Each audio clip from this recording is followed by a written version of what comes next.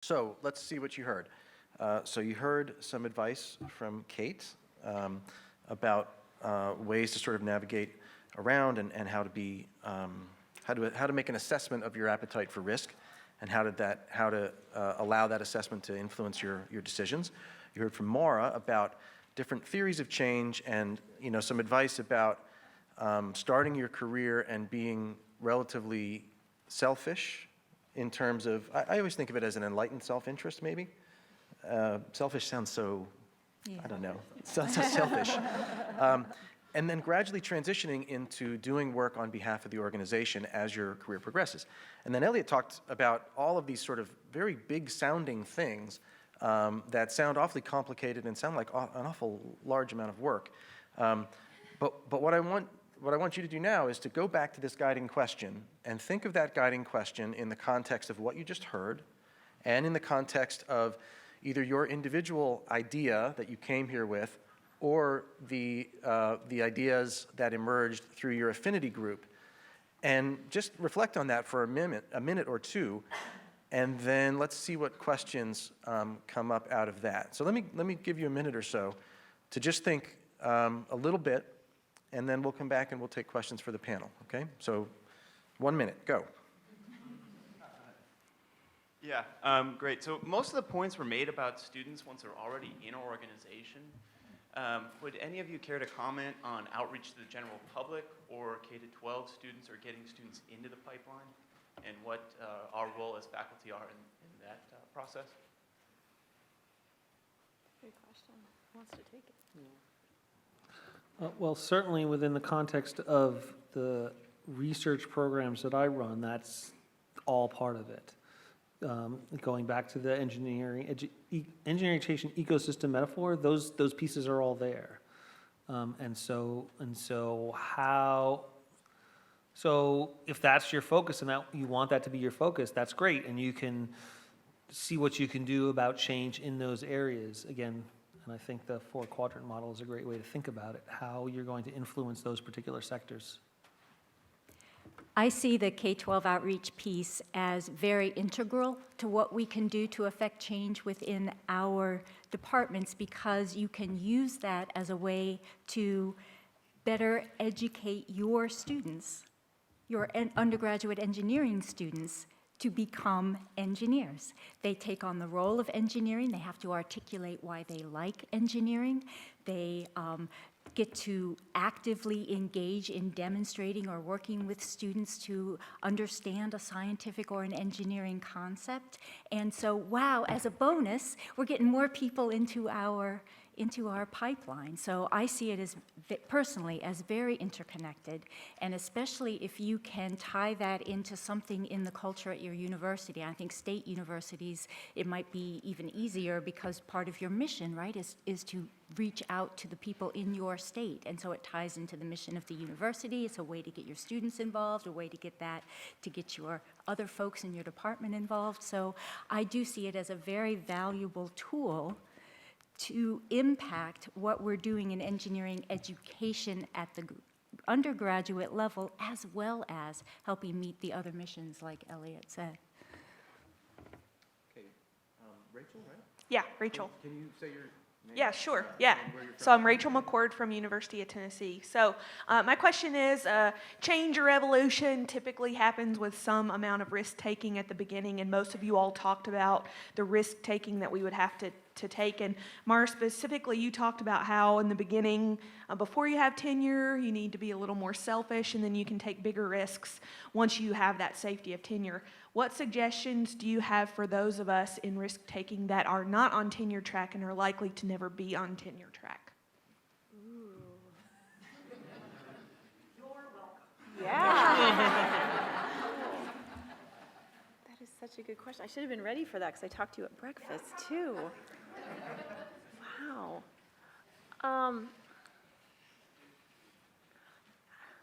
I think having a vision for yourself as being indispensable, and not because you're willing to do all the dirty work that nobody else is, or in that sense, but like just being such an important central part of the culture and the energy and the excitement of the organization.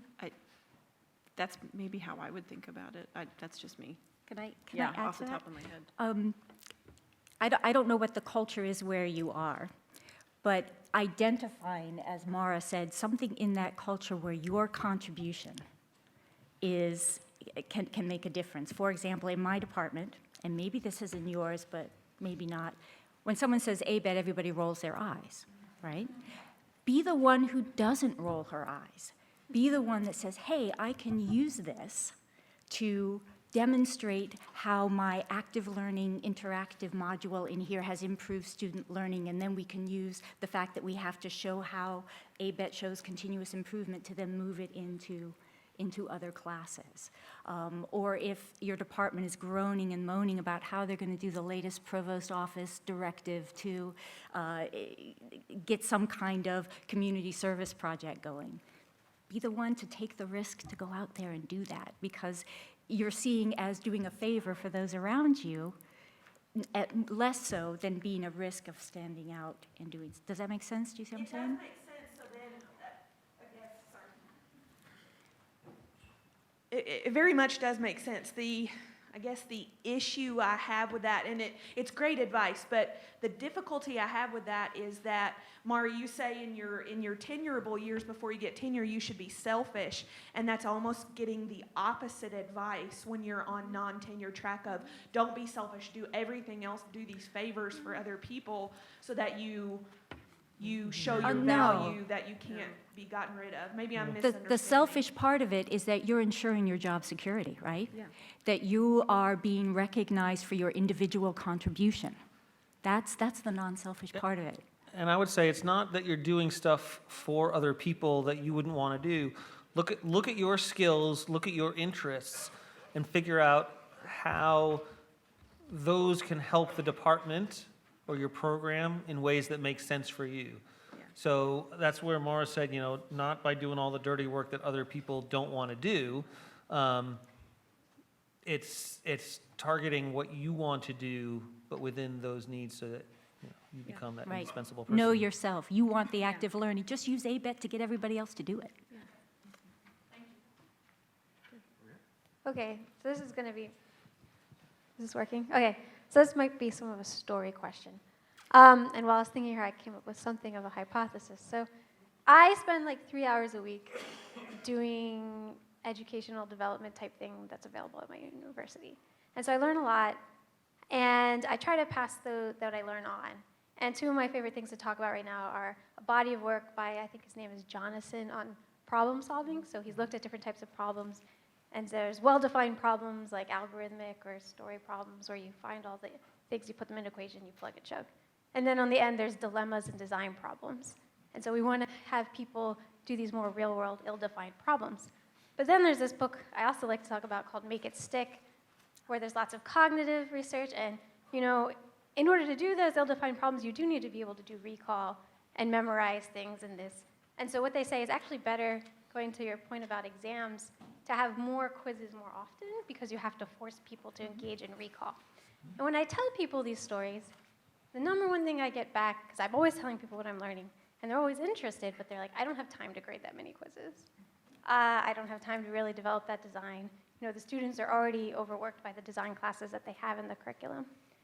And sitting here, I was like, maybe it's a perfectionism problem, and we have to be okay giving them some, multiple choice quizzes every now and then having a sort of a more simple, but something a little more open-ended.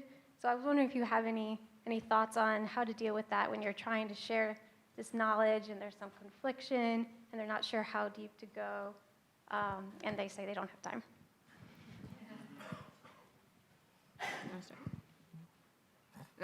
Okay. That's like a $1 million question, right? So, yeah, time inside class and time outside of class are probably the biggest ones when you ask faculty members, why aren't you doing these things? I think another strategy that's pretty effective is instead of just preaching that this is what we should do and this is what you're doing it at really key times to be ready to say, I've done it in my class, and it didn't take that much time. Right. We used to try to make this argument that there was like a hump, and once you got over the hump, your life was going to be awesome once you had your class set up like that. And I don't know if we're really doing that anymore. Yeah, that doesn't that doesn't work. But just just interacting with colleagues who are supportive and say, you know what, it didn't actually take that much time, or I had this goal for myself where I was just going to make 5 new quizzes this time that I taught the class. I wasn't going to go overboard, but I was just going to make my life a little tiny bit easier, you know, and take baby steps, and it was okay. And so it doesn't have to be this big, scary, like, course redesign, and it ruins your whole summer because that's what you're spending all your time on, but you're moving in a direction, and something seemed to work out reasonably well for you, or you feel very strongly that it's important for students, so you're going to keep going even if the students don't seem to like it. Yeah, I'll give you a specific example. I'm working with my faculty at the University of Florida, and we have a small group within environmental engineering of faculty that are getting together to start talking about these issues. And so they were interested in bringing in, so let's say, okay, what if we bring in our syllabi, and we can look at them and sort of talk about how we make actual links. So we talked about that, and we came up with an idea for one particular person, and he said, well, that's going to take a lot, that's going to take away time. I said, yeah, but they'll have a better understanding. He said, yeah, I guess so. He said, I'm going to try it, and that's coming up in a couple weeks. It was a very simple thing. It wouldn't really take much time. He said, yeah, I'll try it and see what happens, right? So again, it goes to Maura's point of you're not asking them to redesign the whole course. It's, hey, try this one very simple thing. It really doesn't require any preparation. It just requires them to ask the students to do something before you actually do your lecture, and see how it comes out. But I will add on to what Maura said. Charles Henderson's work has shown that one of the problems is not as much, so a lot of faculty try things, and what happens is it fails, however they define failure, or doesn't work, and they don't try it again. And one of the things I think we're really bad at is being honest about the problems that happen when we try to implement these things. These active learning techniques. We talk about how great it is and how the students are going to learn more, but we're trying to get people to do it. We don't say, yeah, it's going to take more time to you to prepare it or whatever. I think we need to be more honest about it so people understand that it's not going to work perfectly the first time, and it's going to take some effort, and there's going to be issues. But it makes a big difference to be supportive. But to be too. supportive I agree with about all that it, stuff. yes, Being yeah. honest. You know what? The first time you do this, it's really going to suck, and it's going to be uncomfortable for you, and it's going to be uncomfortable for your students. But you should have some faith and persevere. And I do think it makes a huge difference if you can come out of class and be like, "Oh, that didn't work," and talk to your office neighbor, Yeah. about that, and have them, instead of saying like, "Why are you wasting your time on this?" Have them say, it's okay. It happened to me. Just, keep going, or let's talk about what you could do next time, or, or whatever. I just want to commiserate in a safe place. Yeah, and you can be the one to offer to say, hey, okay, I've suggested you want to try this. Let's your class is at 3 o'clock on Thursday afternoon. You got time on Friday morning? Let's set up Thursday afternoon. Yeah, Friday morning. Let's set up a meeting time, and you can tell me how it went, and I can share my thoughts on what you might do differently if it didn't work so well. Can I chime in, even though I'm not a panelist? No. Because I had only observed that it's not really about time, it's about priorities. Yeah. Right, so it's people making decisions about how to spend their finite time and trying to get things up on the top of their to-do list rather than at the bottom.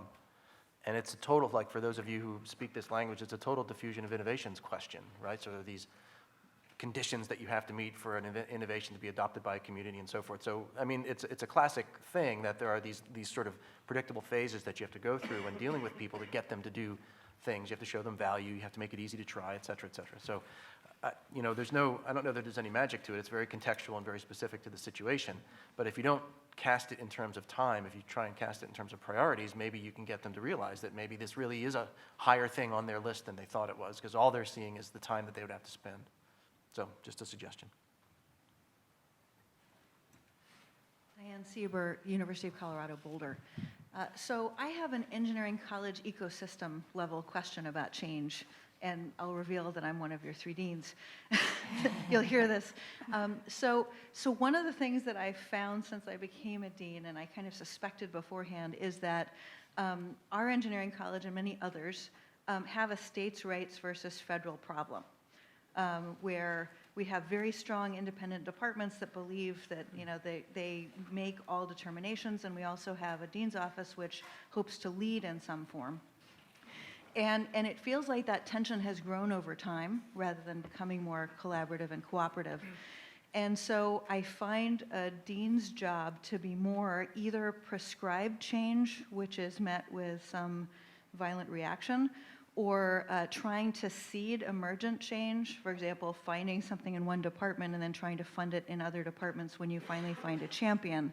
What do you feel is the proper role in this continuum or in this quadrant for dean's offices in trying to negotiate change that is not fully prescribed, but that is also emergent? So first of all, this is why Red is focused on the department level, as you talk about, because that's exactly right. So it's departments see themselves as where the decisions are made, and we control our program.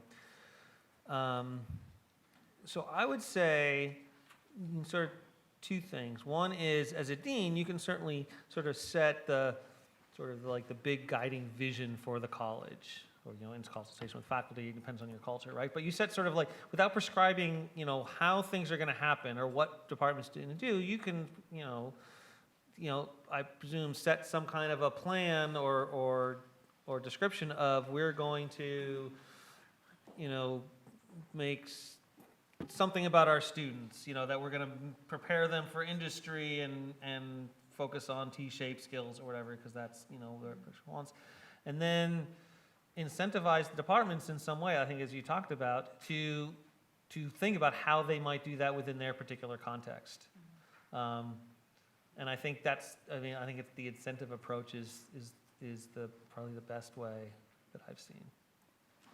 And I mean, again, that's what we're doing with Red, right? You get $2 million to try to do something. I like to, and this is just me and my style and my environment, so I have no idea. Take it the source. But to have the common goal change the rule. And think about if you can set and let the goal drive the rule.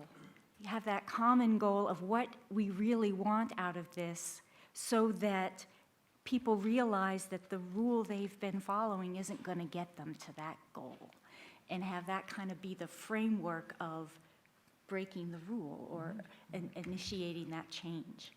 And if you find the magic bullet, will you pass it on?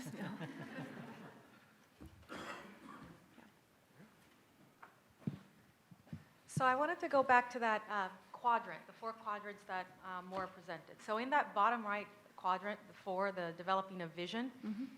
So a lot of engineering departments have developed or are developing strategic visions, right? But they tend to be focused more on a research vision. Even our department, we developed our strategic plan, and it was very much focused on what thrust areas we wanted to grow towards, and trying to break down area barriers. But there's no real mention of the educational aspect in that strategic plan.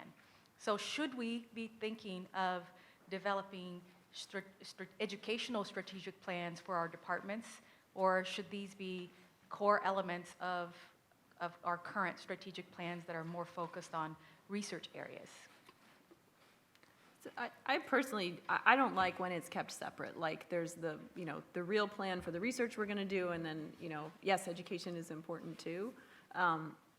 So I would probably be thinking about ways to link when you have an existing plan, right? And it's going to be 3 or 4 years until you're coming up with another plan. How can you take ideas or principles, or even just the way it's organized, if it's not as simple like here are 3 research thrusts, but they're integrated in this way, and how can you make that an analogy to what's happening with education, or what you could do with students, or bring students into that? Because I think you're absolutely right that we think about it as very separate things, right? You do your research, and that's maybe the exciting cutting edge stuff, and then you also teach stuff that's been in textbooks for maybe 100 years.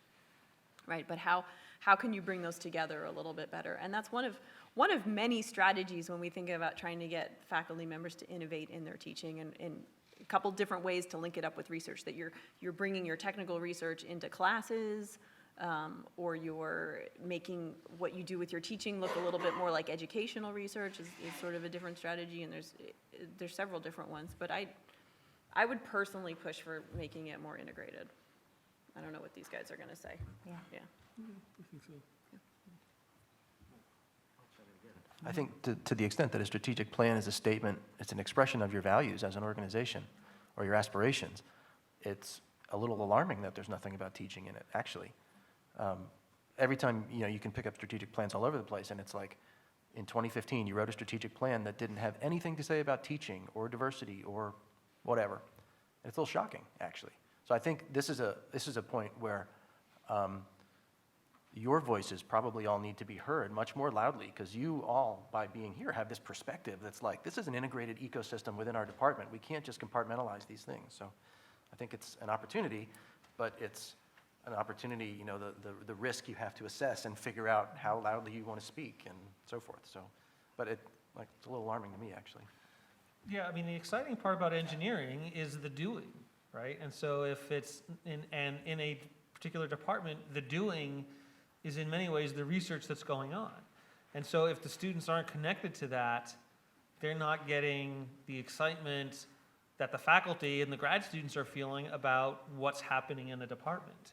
And so ways to connect that, I think, helps to build that same culture among your undergraduates that you might have in your graduate program, for those of you at schools with graduate programs. And you can always come work for us. Hi, I'm Virginia Davis from Auburn University. So I want to ask about the physical constraints of the ecosystem, particularly in that core. So a lot of us are seeing really high enrollments, which means that maybe we have some cool classrooms or maybe some new active learning classrooms are getting built, but if I've got to pack a whole bunch of people into a room, it's going to be a room like this.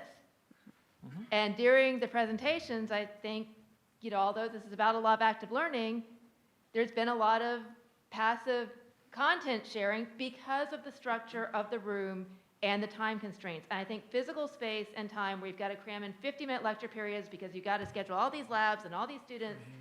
How do you, experiential learning, which I'm also passionate about, co-op, undergraduate research, all that is easy to do because it's outside the classroom and the class time. But how do you, particularly in your core classes that are very content intense, and I would argue need to remain that way, if you're having people in a room like this, how do you have them sit around and work problems or do activities or even get to see cool live demos versus videos, which are nice, but hearing the can collapse when you do the vapor liquid equilibrium experience and you stick it in the hot water is a lot different than seeing the Steve Spangler video, I would argue. But in a room like this, nobody can see the can collapse, and they only hear a little pop. So how do you deal with that? Because that's a lot of money for the schools to change the space. I'm going to give you two answers at two different levels. The first one is, from my experiences teaching, I have taught a class that is 100% of the time active learning, students working in groups of 4 or 5. I mean, I tell them 4, but they kind of sometimes self-organize, in a class just like this. Okay, so it can be done. So it can be done. It had, obviously it had the long tables, and basically, I tell them, sit in your groups of 4, 2 and 2. But what if you can't move the chairs? They can't move the chairs. Turn around easily. Well, I mean, you just have to play around with what you got. I mean, to me, my view is not to let the physical environment restrict you from what you want to do. Figure out how to make it work within the physical environment that you have. If what you want to do is that kind of a learning environment, do it. And it's not going to be ideal. I've actually seen, I do think the physical environment not only makes it easier, but it sets up certain expectations for students. And I've actually seen that. But if you don't have that opportunity, do what you can. I mean, do it in the space you have, and it won't be ideal, but this will work. But so that's me as a faculty member at UF. From an NSF perspective, on the RED programs, RED is not just about changing the pedagogy in a classroom. A really important part of RED, because of the reasons you're talking about, is structural changes.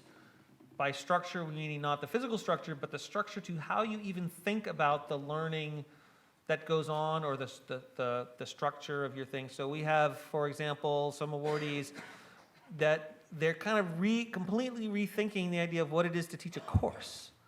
And I think one awardee, they had to work with their registrar's office to kind of work things out. They've broken their content into modules, and so it's not going to be exactly a course structure, even though students are going to officially register for courses.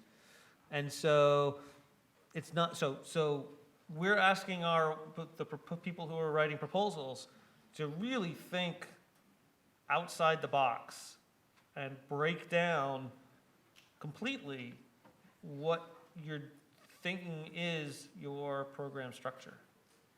I don't know if you want to add, since I can't say too much about particular awardees. We have a couple of people from awardee institutions here. Right, so we have one in Purdue, and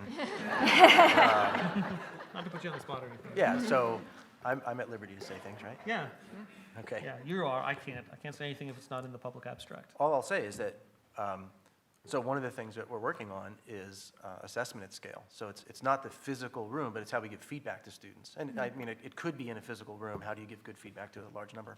But we're more thinking of like, how do you grade a stack of 800 statics exams in a reasonable, accurate, reliable, fair, secure, et cetera way? Right. So, I mean, we're just at the beginning of this thing, but that's like the very first thing we're doing is trying to figure that out, because what we're doing now, I agree, is very challenging, especially with growing enrollments. It just is. So I would say stay tuned. Okay, Maybe at ASCE next year, we might have something to say. all right. Yeah. I look forward to it. Thank you. Steve? Hi, I'm Steve Teal from the University of Cincinnati. I'm really excited about the idea of professional formation versus learning. And what I'm struggling with a little bit as I think about it is, how do we assess that through the whole curriculum? Yeah. Yes. Yeah, So Elliot that's- would love to know. Please Yeah, send him your yeah, ideas. Is that Exactly, an so- enough question for you? Yeah, no, I mean, I think that's one of the questions that can come out of this, and, yeah, I mean, that's just one of the things that needs to be answered at this point. Okay. And I think my comment follows up with that with kind of a steroidal coefficient in front of it, in that throughout the entire last few days, I've been thinking in all sorts of philosophical terms as a trained philosopher that so much of what we're talking about, an untapped resource, is the whole world of philosophy and not the social sciences. And that, I mean, I've thought 5 or 6 times as people have been talking about active learning and practice that the most profound thinking about this is steps 3, 4, and 5, and 6 of Plato's Ascent of the Soul in the Plato Symposium. And during the globalization conversation, there's 4 or 5 times I've thought Dostoevsky says and talks about what you're saying about so much better than we are. And Aristotle's Nicomachean Ethics have come up on my mind a number of times in all of this. And it seems to me, and especially too in Heidegger's Origin of the Work of Art, when we're talking about the ontology and the creation of beings, and it seems to me that there needs to be more space within our conversation for the voice of philosophers and not just social scientists and not just social science meaning philosophers like Foucault and some of these other people. And that it seems to me that the revolution has to take place as much in the area of how we assess as it does in what we're doing to be assessed. Because it really seems to me that in so much of this, because I've sat down numerous times to think through how what we're trying to do could be turned into any type of funded proposal. And I think it doesn't matter what we're doing, but and every time we get to this assessment point, and I just quit. And I think we need to really think through where the revolution needs to take place. Yeah, so, yeah, I mean, you're talking about the epistemology of how we know, right? So it's the epistemological aspects of professional formation in terms of the assessment. How do we know what we're doing and what is the nature of that knowledge? There aren't many people involved in engineer education who have thought about those things and really have a grasp on those philosophical questions. And so I think that's why it's not there. It's a lot of engineers, and then you ask them about ontology and epistemology, and it's like, what is that, right? To a large extent. So those would be interesting. And but there's a few people that talk about things like that, and I think you're right. It'd be interesting to bring those people in some way to help inform how we're thinking about what it means to be an engineer, and how do we know that? What is the nature of that knowledge of being an engineer? How do we know whether someone is being an engineer or not? I will just say that I think that could make a very interesting proposal. Yeah, I mean, something I really like about engineering education is that I think we're, because it's an emergent field, it's more open to bringing in perspectives from other disciplines. It's starting to solidify into a discipline, and there's ways that we do things and ways that we don't do things, but I think it's still more open. So when the red solicitation says you need an engineering education researcher and you need a change expert social scientist, that's the bare minimum. It doesn't mean that you can't have anybody else and you can't bring anybody else in. But for those of you who can't, read between the lines, here's some very clear instructions. Please go find somebody who knows about this and put them on your team. But I'm even talking about in my core, the research and the formation of engineers. I think those fundamental philosophical questions do fit within that overall question that I put up there of, that quote of to become is more ontological than to learn. But what does that mean, to become is more ontological, as I think one of the things you're asking. Right. Yeah. And I think assessment criteria get in the way of exploring that well. Sure. So how do we open up the way we assess these things in order to explore those larger spaces? Yeah. Is that Nick? Yes. All right, what's up? My question is directed a little bit at Kate in terms of the individual part and trying to work within the culture. And being at this type of environment, it's a wonderful culture here, but we're going to go back to our departments tonight or tomorrow. We're going to land, in some cases, in very caustic cultures that sometimes you feel a little bit like Tom Hanks talking to Wilson within that environment. And how many days are you willing to operate on that island? Because our universities move like tectonic plates to change that culture. And is it the type of thing where, I think Mara said, do we keep doing this until we're beaten down and don't want to do education anymore, and so I'm going to throw myself at the research?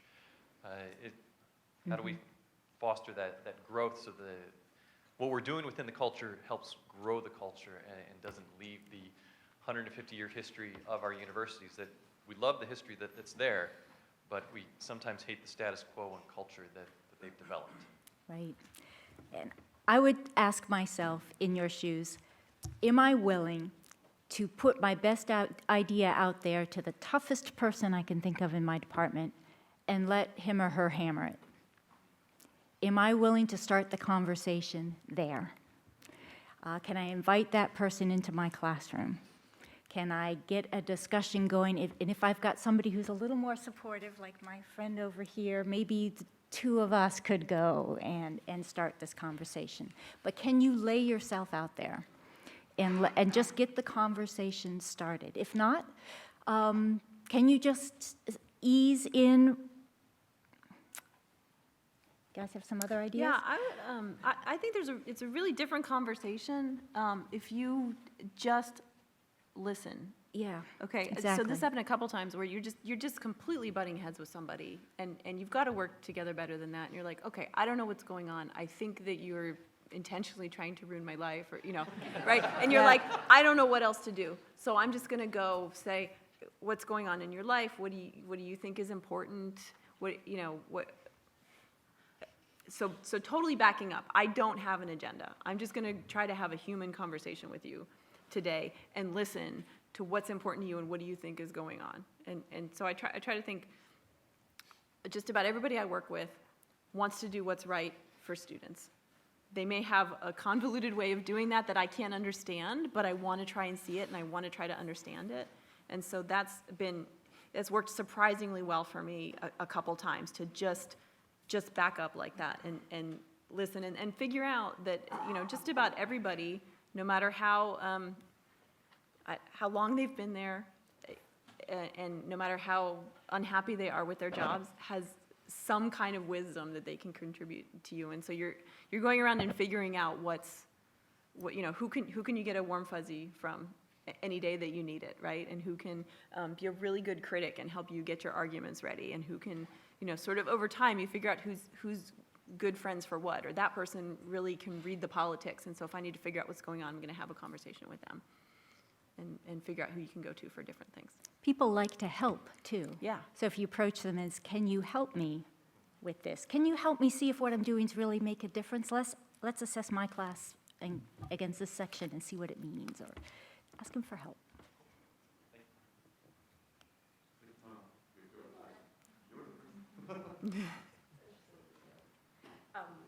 Okay, this is a little bit of a wild card. I think I am in the running for being the youngest one here.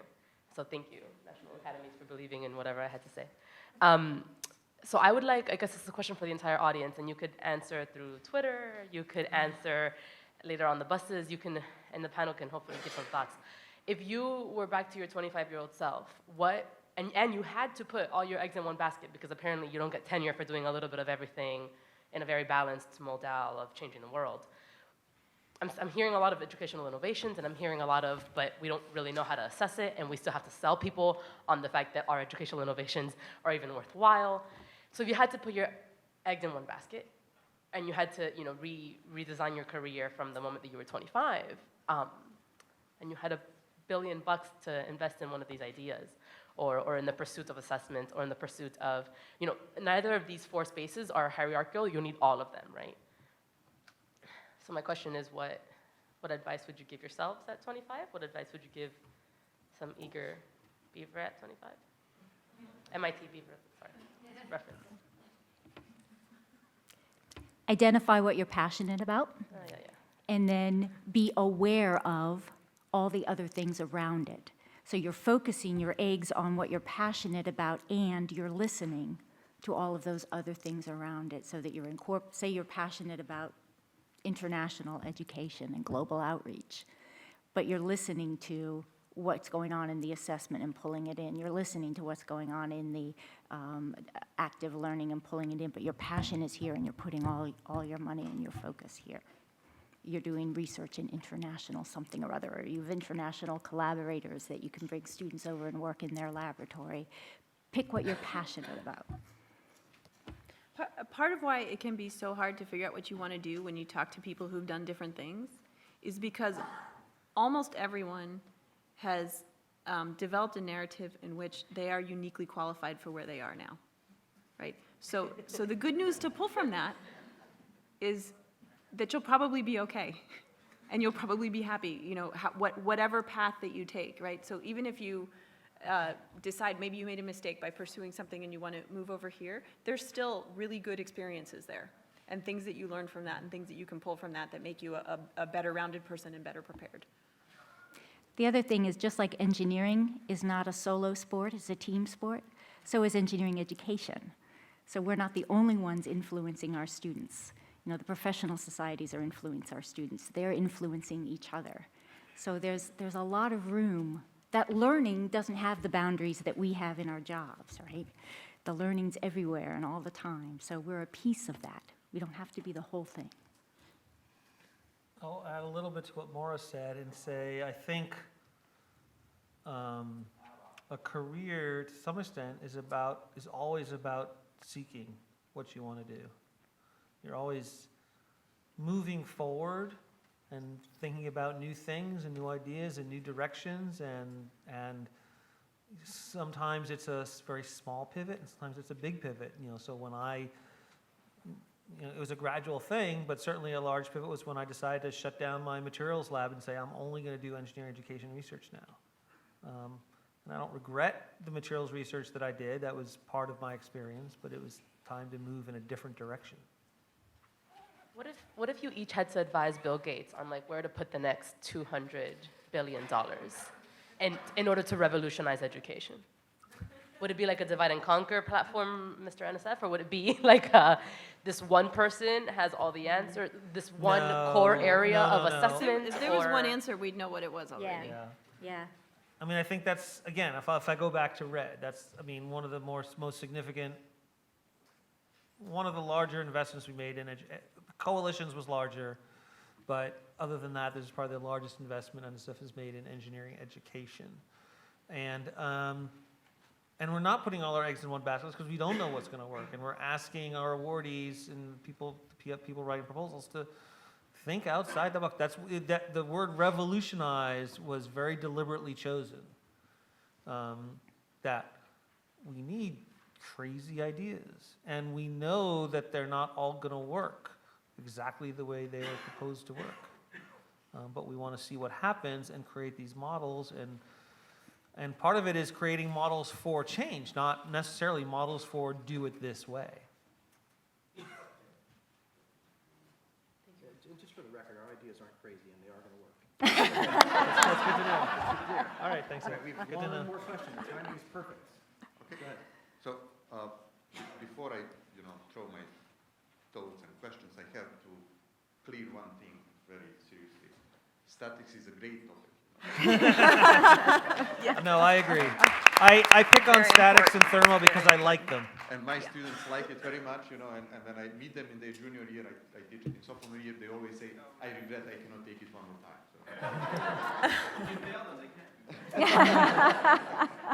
Okay, so the thoughts that I have is that we frequently think about what we should improve in terms of education, and we somehow are a lot centered to ourselves, I would say. But we did not really much think about modern students in terms of their behavior and their kind of psychological profile. So there was a lot of words saying students get bored in our class. And the question is, do they get bored because of the topic, of the teacher, which could be, or because, students get bored if they cannot download the thing within 5 seconds.